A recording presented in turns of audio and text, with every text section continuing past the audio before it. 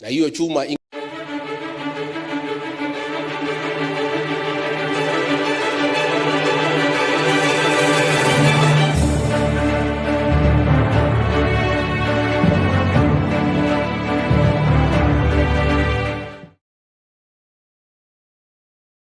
ni mzuri tueleze, kwa sababu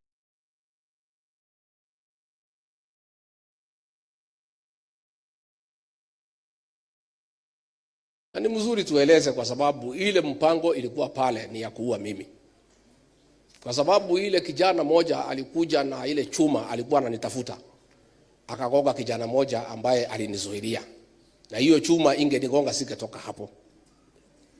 Na tumekuja kujua ilikuwa ni mpango ya serikali, watafute vijana wa Kikuyu, wawatume waue Rigathi Gachagua, alafu wawashike wapeleke kotini, waseme ni Mkikuyu ameua nani. Ni njia tu ya kutupiganisha. Hapo walikuwa wamepanga mikutano yote, nikienda wanatafuta vijana wa Kikuyu wale hawana kazi, wanapewa pesa, wanakuja wanafuruga mkutano, alafu vijana wetu wanapigana na hawa, alafu sasa rais na watu yake wanacheka pale, wanasema hii ni Wakikuyu wanafanya nini? Sisi tungetaka tuseme, tafadhali hii jamii iheshimiwe. Sisi tulikupatia kura ukakuwa rais. Hata kama hutaki kutufanyia kazi, hata kama hutaki kutusaidia, wacha kupiganisha watu wetu. Wachana na sisi tukae vile tuko. Na mimi nataka kuomba vijana wetu, tafadhali msitumike kupiga ndugu yako. Msitumike kupiga dada yako. Mimi najua hamuna kazi, ni kweli, lakini msipewe pesa kwenda kutoa fujo. Na hii maneno yote tunaelewa ile naendelea ni ya kupiganisha hii jamii. Wamepiganisha viongozi, sasa walikuwa wanataka kupiganisha vijana. Kwa hivyo tujihadhari, tusitumiwe vibaya. And I would like to ask the Inspector General of Police, Douglas Kaja. He's a man from here, ni mtu hapa nyumbani. Wewe unajua hao watu walitupiga. Picha zao ziko. Most of them have criminal records. Why are you not arresting them and taking them to court? We know, of course, because walipangwa na serikali. Lakini siku moja Bwana Kaja utajibu hiyo swali. One day. These people who attacked innocent people, wakatuumiza, wakaumiza wananchi, wanazurula kila pahali na wanajulikana. Alafu mnakuja kushika Karongo Dhangwa, Peter Mwathi, watu ambaye hawahusiki. Wale walipigwa na wale waliwapiga wanaendelea kutembea. And we know ilikuwa ni mpango ati mtumie Wakikuyu kupiga Wakikuyu, ndio rais na watu yake pale wacheke kusema hii ni Wakikuyu wanapigana. This community has been misused and it's okay. But let me say this, because I have seen a lot of analysts, a lot of commentators trying to come up with many theories about the people of this region called Mount Kenya. Let me help you. Yes, good evening wherever you're following. Remember, this is Africa 24 political discussion. Where are you following this conversation from? Nairobi, Kenya, 9 minutes past 10. And we have people from different locations and they are following this conversation live. My good friend Benjamin from Uganda, I'm very sure that you're following this conversation. I also have friends from United Kingdom, United States of America, Canada.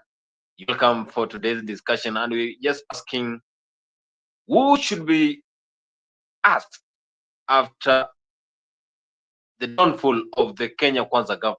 Because the manifesto that was given to Kenyans during the 2022 general elections and also during the campaigns has not been accomplished. And yet we are now heading into the third year of Kenya Kwanza reign.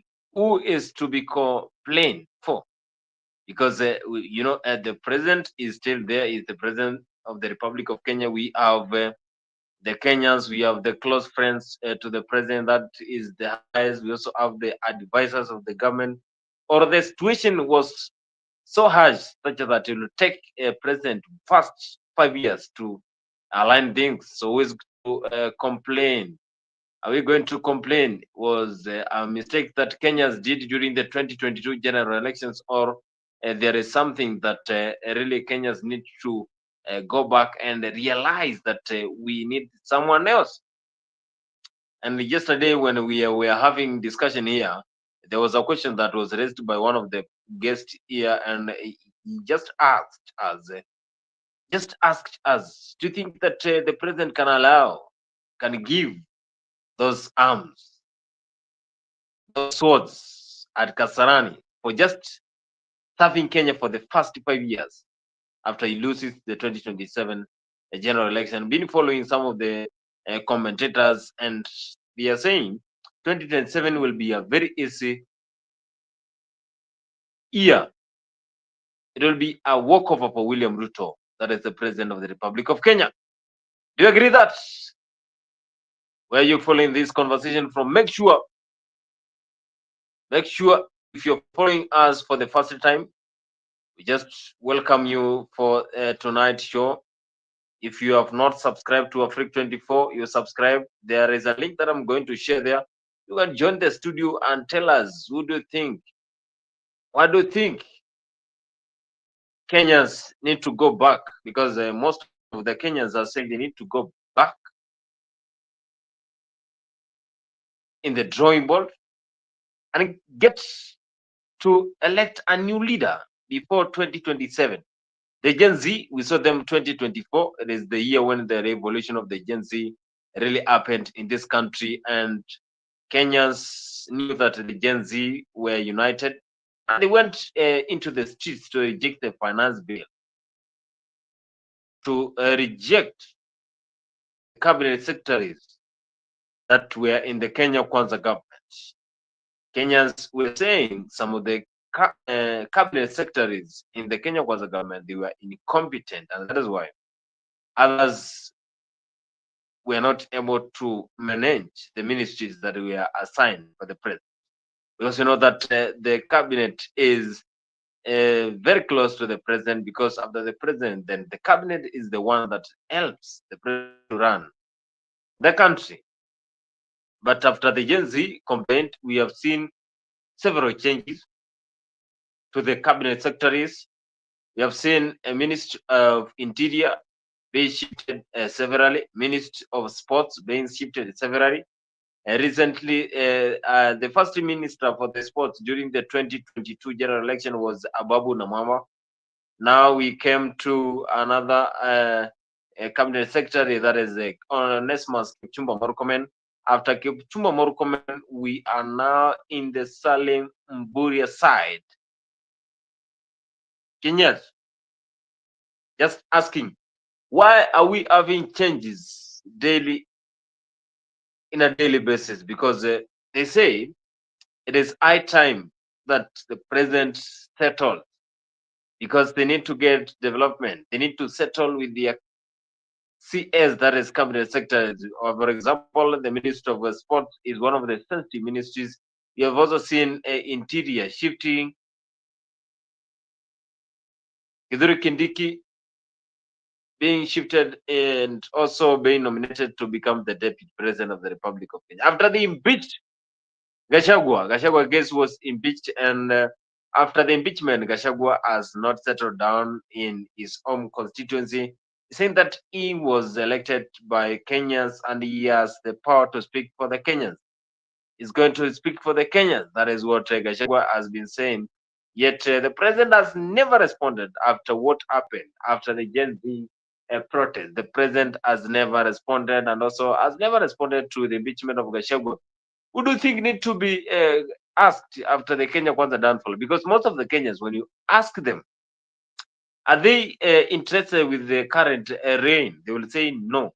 So who is to be asked after the downfall? Because we have seen several regions, we have seen several counties being listed as having a poor developments, underdevelopments, and yet the hustler was to distribute the resources equally to the Kenyans. Resources were to be distributed equal to the Kenya. But the president, when he was speaking, he said that when he assesses the country, then the country is heading in the right direction.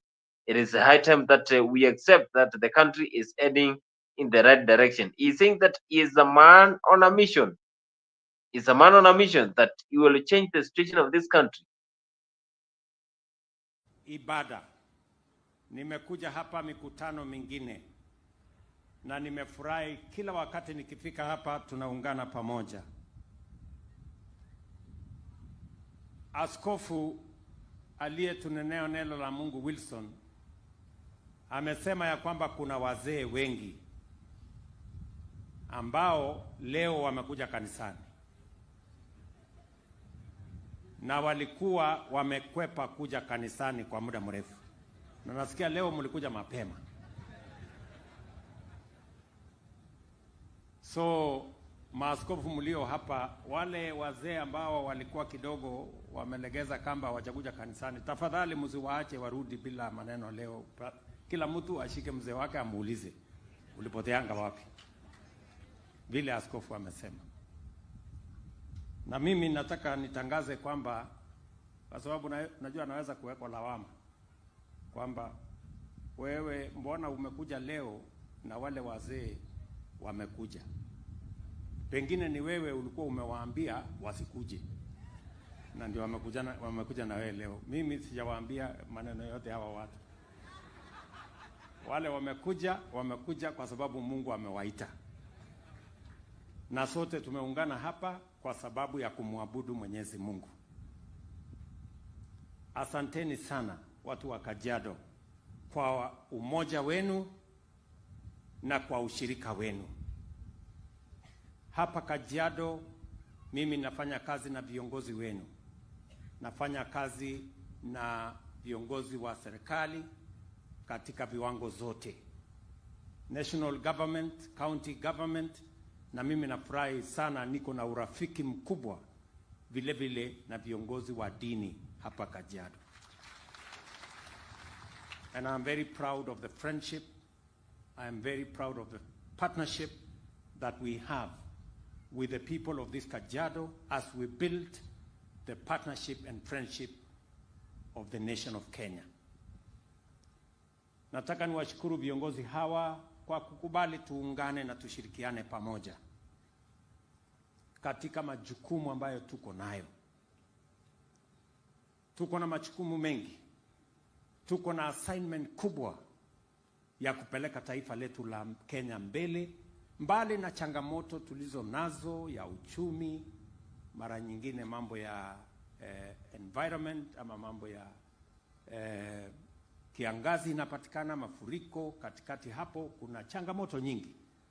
Lakini niko na imani ya kwamba yule Mungu tunamuomba atatusaidia Kenya hii tuibadilishe na iwe ni nchi tutajivunia sisi wote.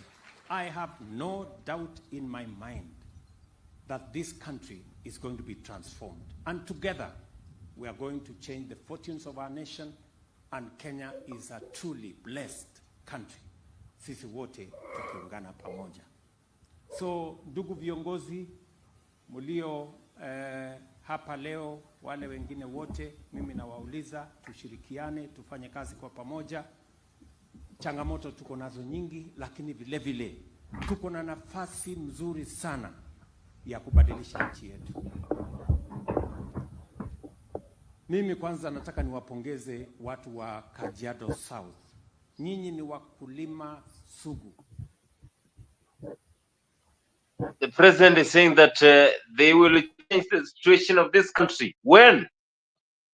Watakuja kubadilisha situation ya nchi lini? Maana ukiangalia Wakenya wanalalamika. Of course, I'm joined by Alex here. Alex, who do you think should be asked after the government fails to deliver in the first 3 years? And yet we are approaching the elections 2027. Good evening, Bonnie. Please pardon the question. Good evening, Bonnie. Please pardon the question. Pardon. Are you able to hear me? Because I cannot hear you. Aboni, I'm saying you pardon the question. Pardon, please. Can you hear me? Who is to be complained after the government downfall? You're breaking down. I'm not hearing the question. Please pardon. Pardon the question, Boni. I haven't gotten it. Boni, pardon the Mnajua question. sekta ambayo iliathirika zaidi wakati mambo ya uchumi ilileta matatizo ni sekta ya infrastructure, especially road infrastructure, kwa sababu gharama yake ni gharama ya juu, na ndio tukasema kama serikali, kabla hatujashughulika na mambo ya barabara, kwanza tuhakikishe ya kwamba tumestabilize the economy, tumeweka uchumi wetu, tumeidhibiti vizuri. Kwa miaka miwili tumepambana na kudhibiti uchumi wa taifa letu la Kenya, and I can now say confidently that the economy of Kenya is now on good standing. Ile inflation ilikuwa 9.6%, tumeteremsha sasa iko 2.7, 2.8%.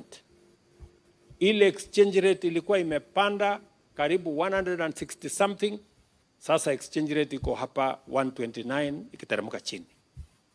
Ile interest rate ilikuwa na matatizo, sasa ndio hiyo imeanza downward trend. Ile mambo ya foreign exchange ilikuwa inatusumbua sana, sasa imeongezeka by almost $3 billion.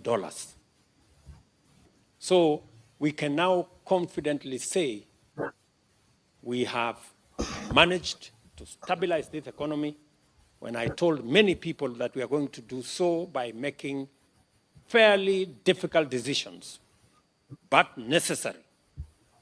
Sasa mimi nataka niwaambie mwaka huu, kwa sababu sasa uchumi wetu umekuwa na msingi sawa sawa, sasa hiyo kazi ya mabarabara tutaisukuma kuanzia mwaka huu. Barabara ile kutoka Parbelo kule juu ikuje mpaka hapa Tot, ambaye mlisikia waheshimiwa wenu wakisema ilikwama pale, hiyo barabara sasa tutaikwamua. Barabara hiyo ya kutoka kule Kinyachi karibu Kisarama, lakini inakuja Kinyachi, alafu inakuja Kocholwo, alafu inapanda mpaka Kapsawar kupitia Aror. Hiyo barabara vile vile iko katika mipango yetu, na ni vizuri viongozi hawa wamesema. Yes, that is the president, and he's saying that he has the best policy to change the country. Who do you think is to be asked if things just go the same way we are saying? Because Kenyans are complaining about the Kenya Kwanza government. So who is to be complained for? Is the president working, or the close friends, or the advisors, or what is wrong? Because Kenyans are complaining. Who now needs to be asked after the government fails to deliver the manifesto? You see, Bonnie, if we can go back to a few months ago, there's something that Professor Pielo Lumumba spoke about, and he said the marriages that are not formed on the basis of serving Kenyans will all fall down. So I want to claim this Kenya Kwanza government, the partnership which they formed is not on the basis of serving the government. So there is no way they can deliver to Kenyans, because that was not the initial plan they had going into government. You see, for the longest time, even from the Kenyatta days to the Moi up to now, there's always this culture that we have created, whereby when you enter there, it's your time to eat, and when the other party enters, it's their time to eat. So there is that push and pull. That's why even people want so much the presidency seat to either go to Nyanza or Western, because people want to eat, watu wanataka kula, because yani ifike tani yao. So but the thing with right now, which this government is facing, it's a very unlucky time for Ruto to be president, because we are at a time where Kenyans are closely following on what you are doing. they are really keeping you on check. You can't lie. If you say anything, they go and they do fact checking. They verify what you're saying on the internet to see whether it's true or not. If you start projects, you have seen Morara's been going everywhere in the country to expose projects that have stalled. So it's a very difficult time for him to be there in that seat because Kenyans are really, let me say, Kenyans are agitating for change. So Ruto has a really difficult job. And mind you, Bonnie, the another reason why Kenyans are very angry at him is because this is the government which people believed in mostly. Yani, if we go back to 2022, Kenyans had a lot of expectations on Ruto because he spoke about employment for the youth, spoke about the Mama Mboga and the border riders being included in the government. He spoke about the economy coming down. There are a lot of promises he gave, so there was a lot of expectations from this government. So by him failing to deliver, it just it adds salt to the wounds and it makes Kenyans more angry.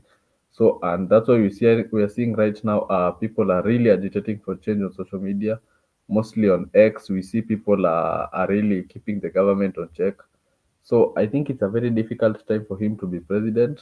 And right now he has gotten an awakening from the Gen Z demonstrations up to now. He knows people are on his case for him to deliver. So he has to deliver. And if you ask me, Bonnie, I don't see the need of him always coming out to speak about things every now and then, to tell us about roads, tell us about education, tell us about healthcare. You see, Bonnie, right now we are in Kenya. We are not in Burkina Faso, but we know of the developments that are happening there. Yani kizuri chajiuza, kibaya chajitembeza. We are hearing a lot of developments. Recently, we had Burkina Faso paid their 4.7 billion loan, which did not even help the country. So we are every now and then we're hearing developments from Burkina Faso. Ibrahim Traore doesn't have to stand and address a crowd to speak about the developments he's bringing. Developments, they speak for themselves. So also Ruto has to do that. Let him go, work, do, and deliver. Then the people will see for themselves. You don't have to come and tell us about the inflation going down, tell us about dola imepungua, usikuje kutuambia sijui the social health authority, this and that. If it's good, Kenyans will see. So that's my take on that. Huko tumesema hatutaki hiyo maneno. Sisi tunataka tupatiwe chakula ya rahisi, chumvi ya rahisi, tupatiwe mangunia ya heshima, tupatiwe ndoo za maziwa, kula za maziwa, tulime maziwa. Hiyo maneno ya kupatiwa chanjo kutoka sijui nchi zingine zikuja zituharibie livestock zetu, sisi tumekataa. Nyinyi mko na nini na ng'ombe huku? Mko na mbuzi? Hata punda nimeona zinyingi kwa barabara. Mnataka zipatiwe hiyo chanjo? Hebu niambieni, mnataka chanjo? Hata nyinyi mmekataa? Basi jipigieni makofi, nyinyi ni watu wazuri.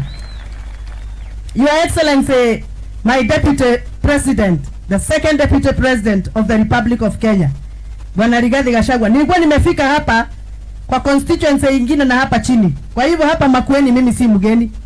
Na nikaambia hao majamaa wetu hawa wa Ukambani, sijui kwa nini wanaenda bahari kupiga watu wakati wa kupiga kura. Sijui ni kwa nini wanadanganywa. Wanaenda wanatuacha kwa hii mlima. Sisi kwetu ni pale kwa ile mlima. Si kwetu ni Nova. Kwetu Nova. Wanatuacha hapa. Wanaenda wanadanganywa mpaka kule kwa Lake Victoria. Walifanya hivyo 2013 wakadanganywa. 2022 wakadanganywa. Sasa mtakuwa watu wa kudanganywa kila wakati na mnatuachaga hapa. Sasa tumeamua 2027 akiangai hamutadanganywa. Ni ukweli ama si ukweli? Wangapi wanasema ni ukweli, hamutadanganywa tena? 2027 sisi tunataka tuungane, tufanye timu moja, goal moja, na lazima tutascore. Gathoni wa Mushoba akiwa hapo, Karongo wa Dhangu akiwa hapo, Rigathi wa Gachagua akiwa hapo, Mseneta Maanzo akiwa hapo, tutasonga na tutaingiza goal na tutaacha hao watu wanatuita mapepo washindwe na mapepo yao katika jina la Yesu. Niwaulize swali. Ni vibaya tukiungana na Wakamba na Wakikuyu. Ni vibaya mkiingia katika Gema Association. Ni vibaya tukisukuma mmoja wenyu hata yeye aingie State House aonje chai ya State House. Mtatusaidia, tusaidiane. Mtatuweka huko ndani kwa hiyo mipangilio.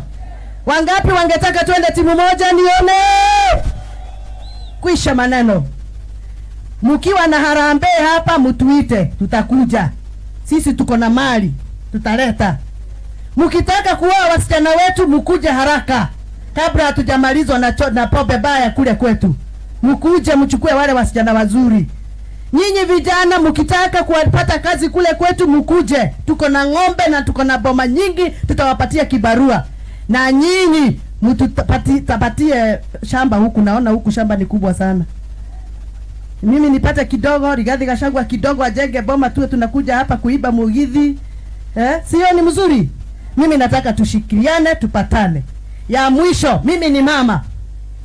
Na mimi kama mama ninaendelea kutetea wamama ambao wako na haki ya kujifungua kama vile nilijifungua. Na tuwezi kuwa ya kwamba kazi yetu ni kutoa tax katika serikali yetu. Lakini ikifika wakati wa mama kujifungua, anateswa huku. Akienda kupata mtoto anaambiwa sijui sijui sijui shift, haifanyi kazi. Kwetu tunaita shifo. Hata tunaita nini? Shifo hafanyi kazi wamama wanapojifungua. Mimi natetea wamama wote wa Kenya. Nasema ni haki for a mother to give birth. It is a right enshrined in the Constitution of Kenya. Na lazima mama ambaye anajifungua apatiwe heshima, apatiwe haki yake na apatiwe dignity yake. Wamama ho! Hebu mseme kwa nguvu kwa sababu nyinyi ndio mnajua vile nasema. Wamama ho! Wamama hai! Wamama wa Kenya wapatiwe nafasi wajifungue in dignity and in respect. Sio maneno ya kwenda kuambiwa ati hakuna gloves, hakuna nini na mtoto anataka kutoka. Na mtoto hapigangi hodi. Akitaka kutoka, anatoka kwa raha zake na heshima zake. Ukweli sio ukweli? Kwa hivyo nataka kutangaza nikiwa hapa Makueni. Kama mnashughulika na hiyo maneno ya SHA, the first priority you should take care of ni hiyo maneno ya maternity healthcare in Kenya. Lazima wamama wa Kenya wapatiwe heshima yao. Na hiyo maneno ya kwenda kwa hospitali wanaitishwa pesa mbeleni before they are treated, ati sijui hajawapanywa ile inaitwa populations means. Hiyo maneno ya kupimwa utakuwa unalipa pesa ngapi kwa hiyo shifu na SHA na shifo. Hiyo maneno mjue mtoto hapigi hodi wakati anafika. Naomba kama waziri wa health ananisikia na PS Kimutai wa health ananisikia, naomba hiyo circular mlitoa tarehe 15 November ambayo mlitoa mkasema anybody going for primary health care kwa dispensary kwa familia moja kule bunge tulikuwa tumepitisha iwe. Yes, that is one of the opposition leaders, and she is very tough when it comes to her speech, and she has been criticizing the Kenya Kwanza government, and of course you can hear what she's saying, that anything that is being done by the government, then it is something that will bring a country into downgrade. She is also saying that this country needs someone who will change. She's saying that this country needs someone who will make this country compete with the other countries. You know, the likes of, you have a lot of countries that are very developed. So, Gathani Mushomba is saying that the SHA, the NHIF, also the vaccination, those are things that really does not concern the common mind. And you know, this is something that is facing the government, Kenya Kwanza government, the hustler, a nation. They were to help the Kenyans, you know, the Kenyans, the local Kenyans. When you go to the remote areas, they really used to complain that they need a government that will change. But now, after the Kenya Kwanza, the president is saying he is taking the country in the right direction. But yet, the Kenyans have not seen anything that they can appreciate from the government. And we are now in the third year. Do you think that the opposition, they are saying the truth? So So I've heard the thing that Gadhoni Wamshomba is speaking about, the people from Ukambani always going to the lakeside, and she's saying that's it's a miss, and they should just form an alliance with the people from Mount Kenya, the Kikuyus. And so the question which I was asking myself is, uh, every time that the people of Kabani have been forming an alliance with the people of Lakeside, where was Gadhoni Mushomba at that time to speak about, where was she at that time to come and tell the people from Kambani to join the Kikuyu community? So why is she coming right now at this moment to tell the people to form an alliance with the Kikuyu? Where was she all those years ago when they were going to the lakeside? So that's the question we're asking ourselves. She could have been there all those years to bring those people together. And it's good what they're doing. Gashago, it's good what they're doing. They are doing an oversight of the government. But I will second one thing that Professor Kiture Kindiki spoke about. As leaders, it's not good that you every time you're always crying with the people. As a leader, you can cry with the people, but also step up and provide solutions to their issues. If you condemn Shah and Shiv, provide healthcare solutions. If you condemn the livestock agenda, of which it should be, the livestock vaccination is a private affair. It's not a public affair, which the president should come out and say that all cows should be vaccinated. Those are not things that are of interest to the public. Those are private affairs. But if Gadhoni Mushamba comes to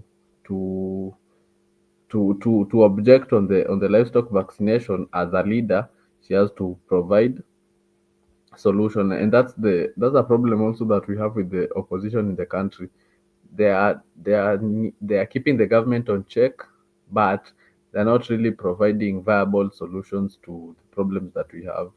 So that's even a big problem with the truthful man. He's providing a lot of oversight, but he's not providing solutions. He's just crying with the people, despite telling us, you have to listen to the ground. Yes, it's true, you have to listen to the ground, and you have to come up with solutions to the ground. That's a way which we can move forward as a country. So that's my take on that. The Kenya Kwanza government, they think they are trying, they are doing their best. The president is saying that he is a man on a mission that he will transform this country. Do you think that the president is saying the truth?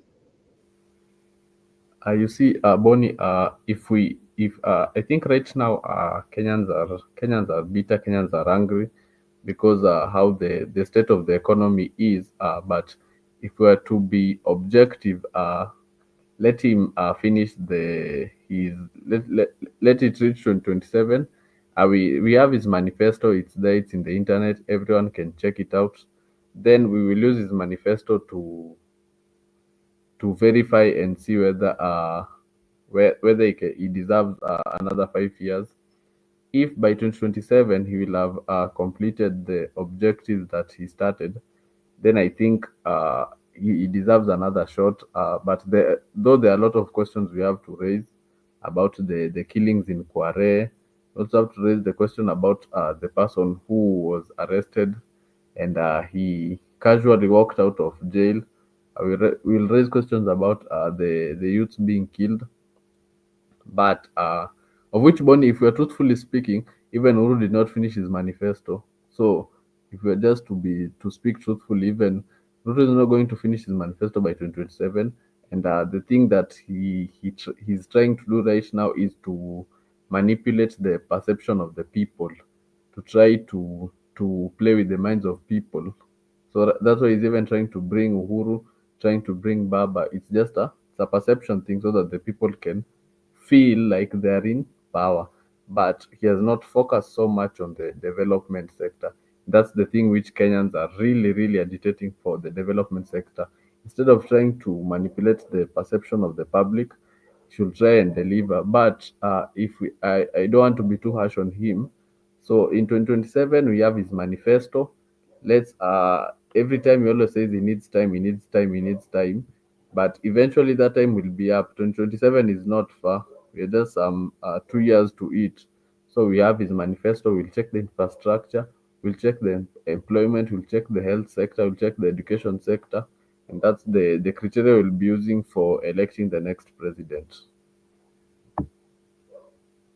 Na senata wa Kiambu, wacha na mimi niseme kidogo ndio nimkaribishe baba yao ambaye alikuwa governor kule Kiambu na ambaye ni rafiki wetu na anatembea. Niseme ya kwamba kama vile mchungaji mmoja hapa amesema mimi ni mtoto wa mchungaji. Na niseme ya kwamba kanisa na serikali, hakuna serikali bila kanisa.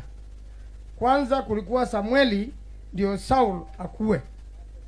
Na Samueli aliingia akiwa mtu mzuri, kama vile Ruto juzi ameingia akiwa mtu mzuri, akiwa amesaidiwa na huyu Rigathi. Kama si ya Rigathi, Ruto angekuwa rais. Hangekuwa rais, leo angekuwa kuhangaika. Sasa Mheshimiwa Rigathi akamsaidia, akamwamini, na yeye ni honest man. Na hivyo ndivyo Saul alianza. Lakini siku moja akaenda kwa vita na akapewa na maagizo na Mungu ya kwamba asirudishe chochote. Alifanya nini? Alienda akakusa kutii Mungu, akalete kondoo. Na mtumishi wa Mungu akamwambia kondoo ni ya nini? Akamwambia kondoo nataka tuweke sacrifice kwa Mungu. Akaambiwa afadhali kutii kuliko hiyo nyama unasema. Hivyo ndivyo hivyo tu Mheshimiwa Ruto amefanya. Alianza vizuri, akakosa kutii Mungu, akaangaisha Mheshimiwa Rigathi bure. Hakaonga wabunge wampeleke nyumbani, mtu ambaye alimsaidia kuwa rais. Na hivyo ndio naona serikali yao imesambaratika baada ya Rigathi kuondoka. Wakakosana na kanisa Katoliki, wakakosana na kanisa zote. Sababu sacrifice kama ya Kaini, uwezi peleka kwa Mungu pesa ya wizi. Itakataliwa kama ile ya Kaini ilivyokataliwa. Hilo 10% ya ile kazi umefanya, hiyo ni ya Mungu, hata si yako. Hile ingine unatoa ni sacrifice. Kwa hivyo huwezi toa pesa ya State House ambaye inafaa kufanya kazi ya State House na iko na budget. Hile inabaki kulingana na haki ya nchi ambayo ndio haki ya Mungu. Unarudisha tena treasury, inakuja kujenga mabarabara, inaleta venom na inafanya mambo. Kwa hivyo huwezi peleka sandaka ya ukora mbele ya Mungu na uone vyema. Ndio unaona Ruto amesambaratika namna hiyo. Na hiyo pesa ilipelekwa mbele ya Mungu kwa madharau. Pia huwezi peleka pesa kwa madharau. Ni kama bishop alitupiwa. Mungu si maskini. Na hakuna watu wako na baraka kama watumishi wa Mungu, hata kama hawana pesa. Mimi najua ya kwamba Mungu wachunga na wapea baraka. Kwa hivyo sasa nchi ya Kenya tuko kama vile Samueli alikuwa na Saulo. Na dakika ya mwisho Samueli ndio afe, alitafuta Mungu hakumpata. Akatafuta mtumishi wa Mungu hakumpata. Akaenda kwa mganga akamtolea yeye kuzimuni. Akamwambia kesho na kutabiria utakuwa na mimi hapa. Kwa hivyo kanisa na nyinyi muombe nchi ya Kenya, tunataka amani. Sisi zote tunapenda nchi, lakini ukora ambayo inaendelea hii nchi haifai. Na hiyo ukora ilianza na kesi ya Gachagua, wakafuruga mpaka koti. Tukakuwa hata tuwezi wasilisha document zake kotini. Wanafunga ile mtandao. Yes, that is Makueni Senator Dan Manzo, and he is really complaining about the government, and he's saying that there is a lot of corruption cases in this country, and they start from the top management up to the lower management. And of course, the top management is also complaining about the government, and there's also quoting the president directly without fear that things are not going the way Kenyans used to think. And also during the impeachment of Gachagua last year, you think that even the High Court, the judiciary needs to be independent, that it should make a decision on its own. But now, when they wanted to present the cases so that they can prevent Gachagua impeachment, then the court did not do as it pertained. Do you think that even Ukambani people are still in this direction, that they believe that the country is heading the wrong direction, that corruption cases are high, and who will terminate these corruption cases? Because we have a lot of cases of corruption. And the other day, that is last year, I think last year, we saw whereby there was this list of the most corrupt leaders in Africa. You saw where Kenya was ranked. Do you agree with this? So first of all, Bonnie, the thing which we are seeing right now is the thing which most people have been talking about. And last time we had a panel here with Leo. I spoke about the thing where under this government, what we are seeing from the judiciary and the legislature is something that I call state capture, the one which the executive has stretched the hands, and they are controlling the judiciary and the legislature. That's why we are seeing the thing is saying about the Gachagua case, whereby he wasn't even there to defend himself against the Senate, and he was impeached. Going to the court, I didn't think he got a fair hearing, because the the judiciary is under state capture. That's why Martha Koome has been coming out every time, every now and then, to try and defend herself, because deep down she knows she is guilty, and she knows she has failed as the chief justice in this country, in delivering and upholding the Kenyan constitution. So this government really, Bonnie, is intimidating, and it's dictating a lot of things. So that's why the last time I spoke to Leo, I was speaking about us having a president who can uphold the constitution, and the constitution entails the judiciary and the legislature to be independent bodies. More so, the judiciary should be an independent body, not under any arm of the government, so that it can do its job clearly. So, and that's why I was pushing for somebody like Okio Mtata to be in office, because we need somebody who can uphold the constitution. And also, the constitution still entails we elect leaders on the basis of integrity and not ethnicity. Let me repeat that again. The constitution under Article 34 entails Kenyans to elect leaders on the basis of integrity and not ethnicity.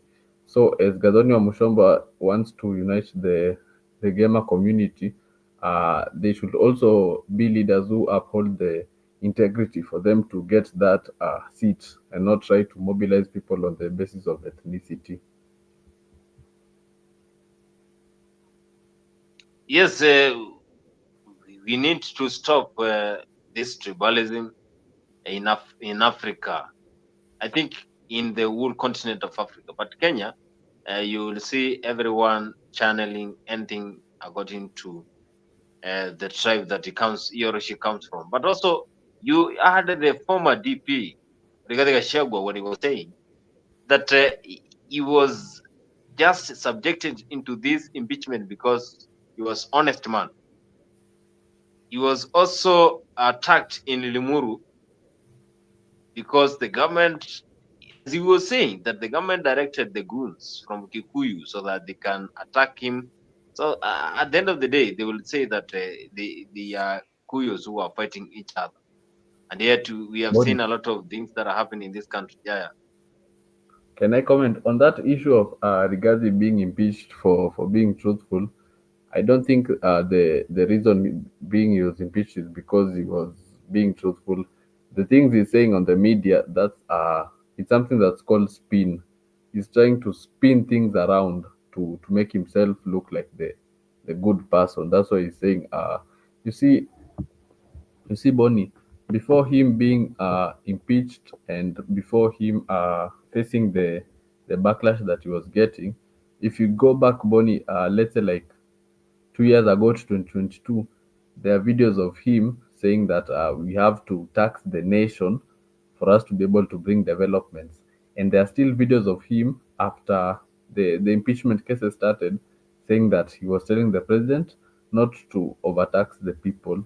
So and this guy, the CS for Environment, Aden Duale, spoke about Rigathi being impeached for what do you call this, for disciplinary reasons. So the thing is, with Rigathi, a lot of power came into his head that he forgot he is not the first in command. And you see, Rigathi is a strong character, Ruto is a strong character, and those two don't work. If you're seeing right now with Kindiki, Kindiki is not a strong character, Ruto is a strong character. So when Kindiki goes high, Ruto goes low. When Kindiki goes low, Ruto goes high. But when both the president and the deputy president are strong characters, then it's difficult to work. And also, there's something which Senator Onyonka was speaking about, the president and the deputy president always fighting over the loot. So, with the thing which we're hearing, even Rigathi was saying about he was removed from the WhatsApp groups, it's because he was not being part of he was not eating with them. They were eating and leaving him behind. So, they're making that deputy president position look like a flower girl, like you don't have a say. So, the moment the power got to his head, they reminded him who is in power. So those are the reasons why he was impeached, not because of being truthful. Ni mzuri tueleze, kwa sababu ile mpango ilikuwa pale ni ya kuua mimi. Kwa sababu ile kijana moja alikuja na ile chuma, alikuwa ananitafuta, akagonga kijana moja ambaye alinizuilia, na hiyo chuma ingenigonga singetoka hapo. Na tumekuja kujua ilikuwa ni mpango ya serikali, watafute vijana wa Kikuyu, wawatume waue Rigathi Gachagua, alafu washike wapeleke kotini, waseme ni Mkikuyu ameua nani. Ni njia tu ya kutupiganisha. Hapo walikuwa wamepanga mikutano yote, nikienda wanatafuta vijana wa Kikuyu wale hawana kazi, wanapewa pesa, wanakuja wanafuruga mkutano, alafu vijana wetu wanapigana na hawa. Alafu sasa rais na watu yake wanacheka pale, wanasema hii Wakikuyu wanafanya nini?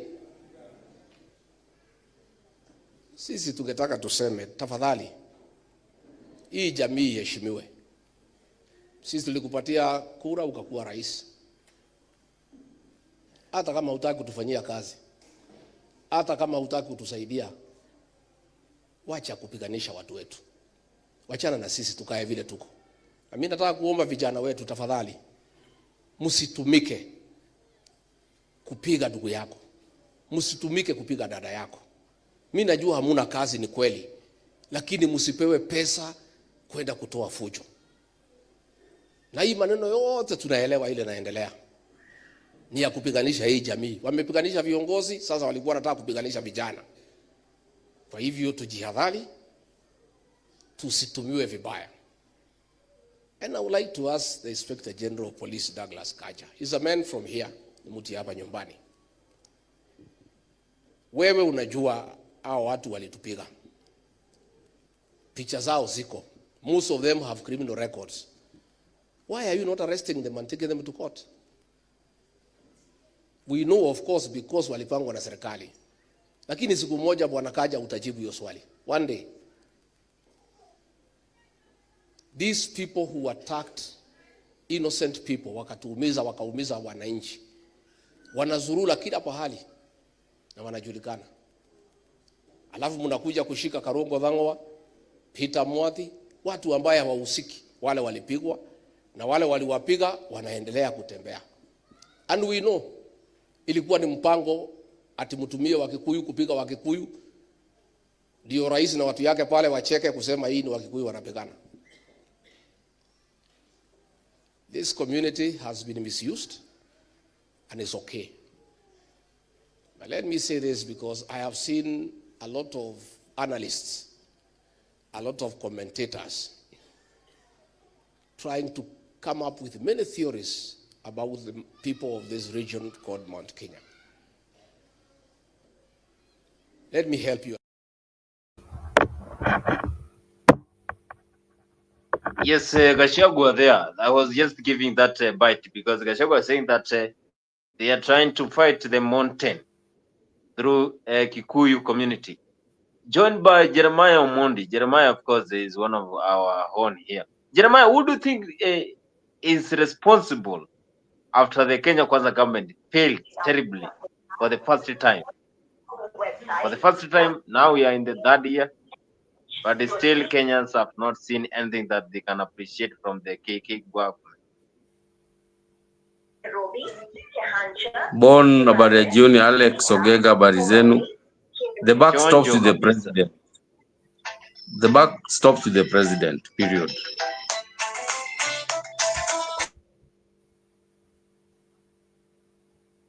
The president. Alex, umesikia vile Gachagua amesema hapo? Yes, nimesikia venye amesema. Though you see, Bonnie, we live in a world where we go by facts. So if you say the government is the one which attacked you, you have to prove. Otherwise, it's hearsay. And unfortunately, that's how the world is. So, but what I do believe is that Ruto, I don't know what he's trying to do, but we can say he's trying to divide the mountain. We've also seen recently this guy, the one for Mungiki, Mainanjenga, saying that in 2025 he's going to wage war on Gachagua. So we wait and see what is happening. But for me, I think he's trying to divide the mountain and trying to penetrate and try to see whether he's going to get votes from there.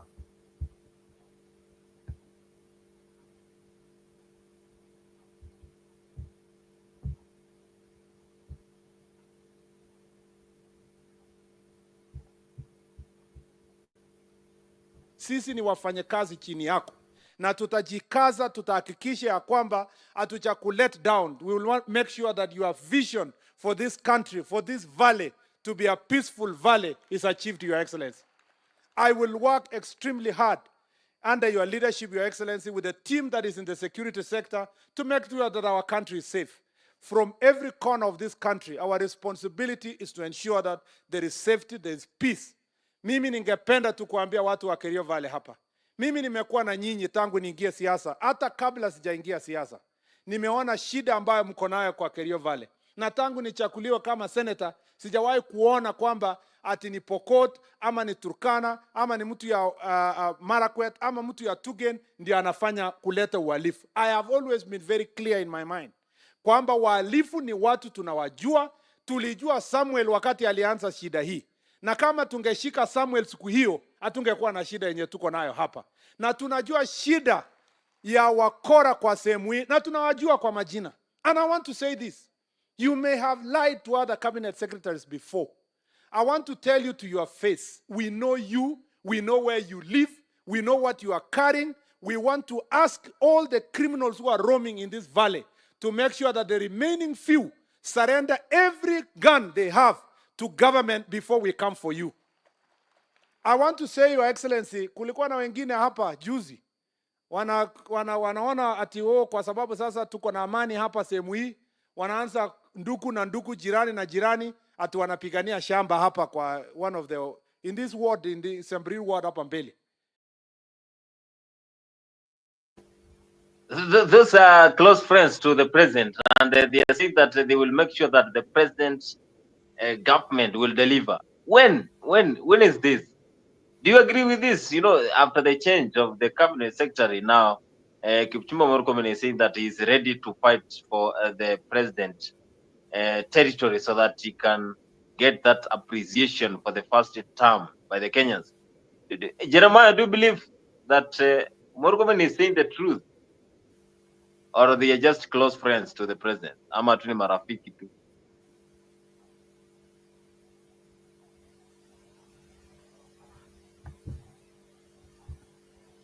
Alex, unasemaje kuhusu hiyo swali? From what I'm seeing, Bonnie, I always say this many times about Kipchumba Murkomen. Somebody who doesn't know him, you might even think he is not an intellectual. You might think he's not smart. You might think he's not experienced in the political scene. But in real sense, Bonnie, Kipchumba is smart. Kipchumba is intellectual. Kipchumba has the ability to deliver.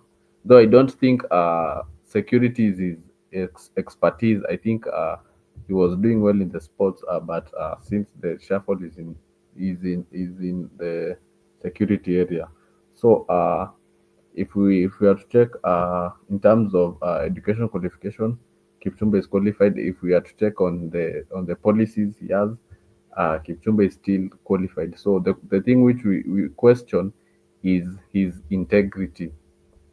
Can we really trust that Kipchumba is somebody who can work with integrity and can deliver to the people of Kenya? Those are the questions we have to raise, because I have a lot of questions about Kipchumba Murkomen's integrity. So even him telling us they're going to deliver, he was in sports, he told us in 2025 the Nyayo Stadium will be finished and it will be ready for the what do you call this, for the AFCON. So I am still waiting. I am keeping him on check. I hope it will be finished, even though right now he is in security. I hope it will still be finished. So we have to keep him in check to ensure he delivers, because Kipchumba can perform if he wants to, because he has the intellectual capability to do it. So we just have questions about his integrity. So if he just chooses to serve Kenyans, then Kipchumba is a performer, and I will second him to be given any area. Jeremiah, umesikia vile Kipchumba Murkomen anasema kwamba wanataka kuhakikisha kwamba serikali ya William Ruto imepatiwa heshima kabla ya muhula wa kwanza kuisha. Je, unakubaliana na maneno haya ama ni marafiki tu wa rais wanampamba? Yes, I think Jeremiah amepotea. Anyway, if you're following us here for the first time, remember to subscribe to Afric24 in the YouTube channel. We are having this political discussion and we are asking who is to be asked after the downfall of Kenya Kwanza government. Nani anafaa kuulizwa? Ni rais? Nafaa tuulize nani? Rais, marafiki wake, wandani wake wa karibu, ama ni wale ambao wanampatia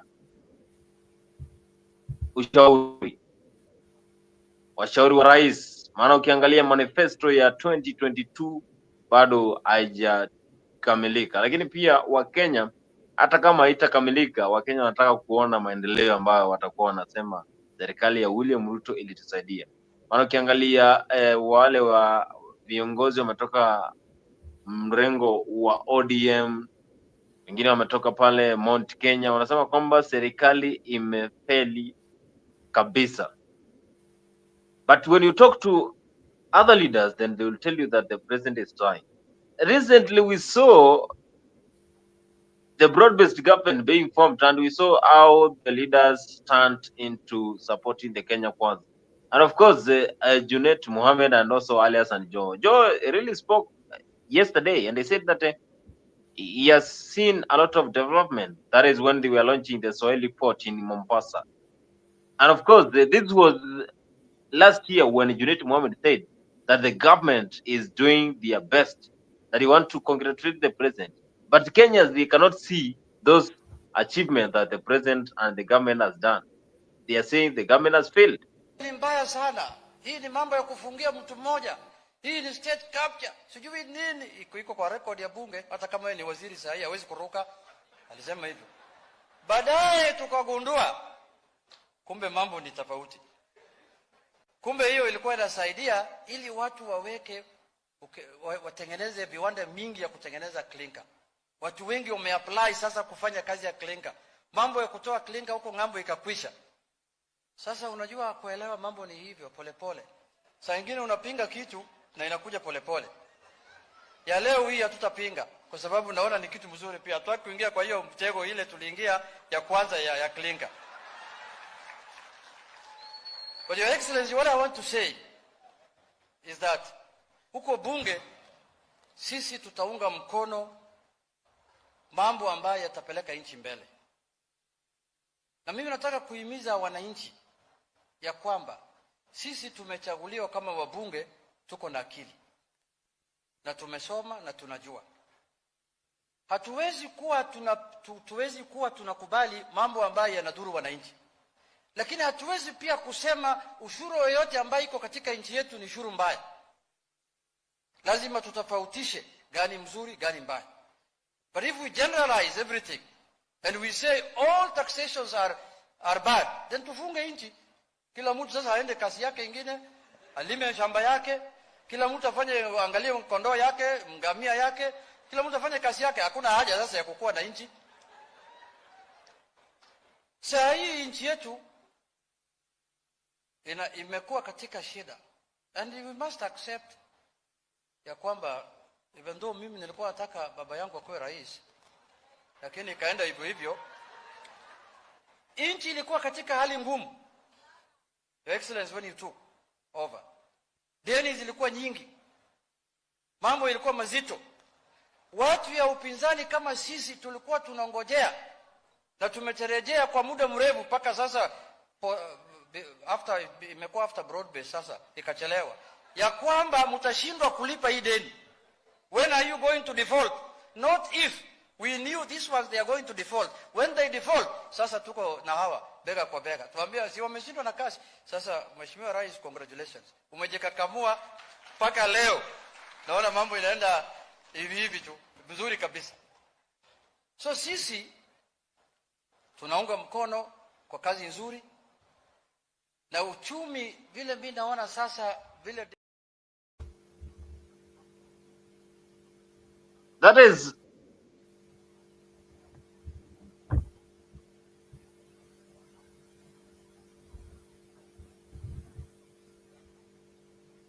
was Hussein Mohamed when he said that Junet Mohamed when he was saying that he supports the government for what it's doing. And of course, we talked about this, Alex. Do you think that he is hired for this job? Because this is not Junet that we used to know. You see, Bonnie, Junet is the minority leader of the National Assembly, and he is also part of the ODM party that formed a devolved government with the Kenya Kwanza.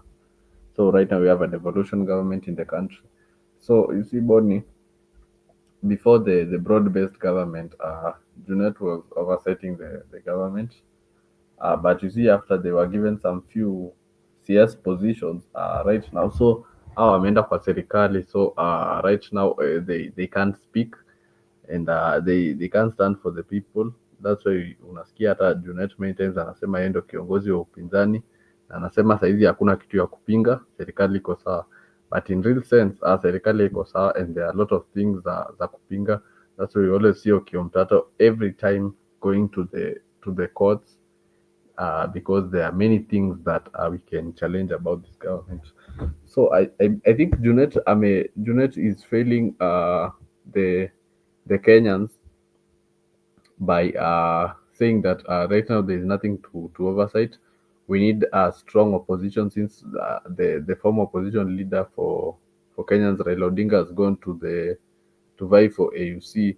So we need to oversight the government. So if kama kina Junet wameenda, let the ones who are there, the Rigathi Gachagua, Kiomtata, Kalonzo, Martha Karua, let them do an oversight of the government. Thank you. Yes, that is Junet Mohamed, and we are asking who is to be questioned after the downfall of Kenya Kwanza. For the people who support soccer, you know, there's difference between soccer and football. We are having the EFL, that is Carabao Cup first leg semi-final. Liverpool is being hosted by Tottenham Hotspur at Tottenham Hotspur Stadium, and it's a tough match. Yesterday we saw Arsenal being clobbered by Newcastle United. That is the Eddie Rowe's side, and I want to say we wish Newcastle all the best, and also Tottenham Hotspur all the best, because they have not won any trophy since 2008. All the best to the teams that are participating in the EFL Carabao Cup. I want to say thank you so much for those who tuned for the today's show. Alex, thank you so much for today's show. I want to say we meet here same place, same time, as we discuss more about politics.